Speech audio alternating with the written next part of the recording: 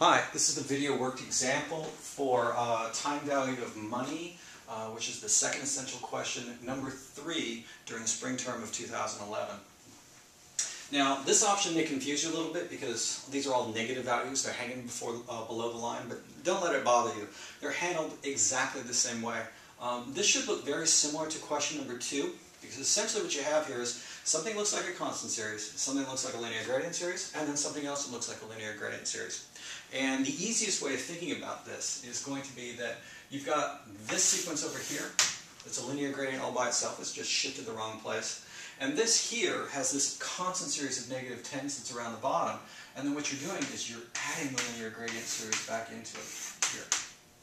So again, we have a constant series, a linear gradient series, and another linear gradient series. So first we have the sequence of minus 10s. P, we know A, here's I. We'll figure out what the N is, and we'll also figure out how it's shifted.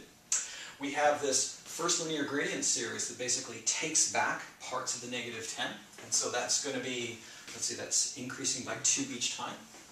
So we'll have that 2 right there. So looking for P, you know A, I, we'll figure out what the N is, and we'll also time shift that. And then the final bit is this linear gradient series right here that goes from 11 to 14.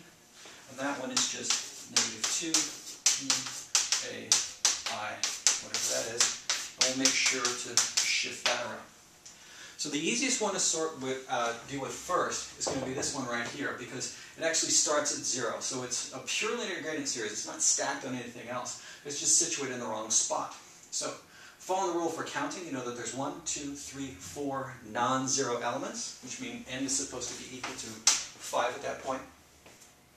And you know that the last time you see a value is in time period 14 right here. So 5 plus whatever the exponent is down there has to add up to 14. And so you know that this thing is supposed to shift at 9 time periods. So to visualize what's going on here, this is on this sequence where time period 2 is. There's 3, 4, 5.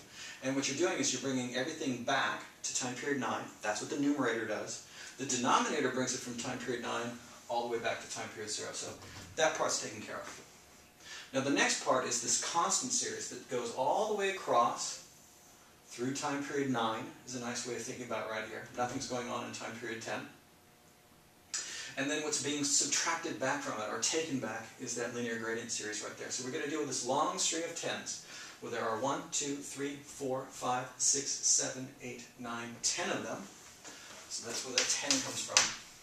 But you notice it's in the wrong spot, because the first time you see a value is in time period 0, not in time period 1. So we've got to shift it around one space, because what this numerator does is it brings all these negative 10s, concentrates the value in time period negative 1, the denominator brings it from negative 1 back to 0.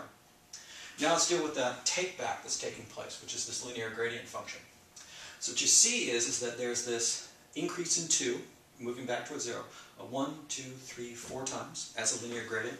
You add 1 for the pop, and raise yourself up to 5. And then what you're doing is that you're saying, well, where is this switching from? Well, remember with linear gradient, you only have the first time you see a value should be in time period 2. So that's relatively time period 1. This is relatively time period 0. So you're shifting all this value after it gets concentrated from time period 4 all the way back to time period 0.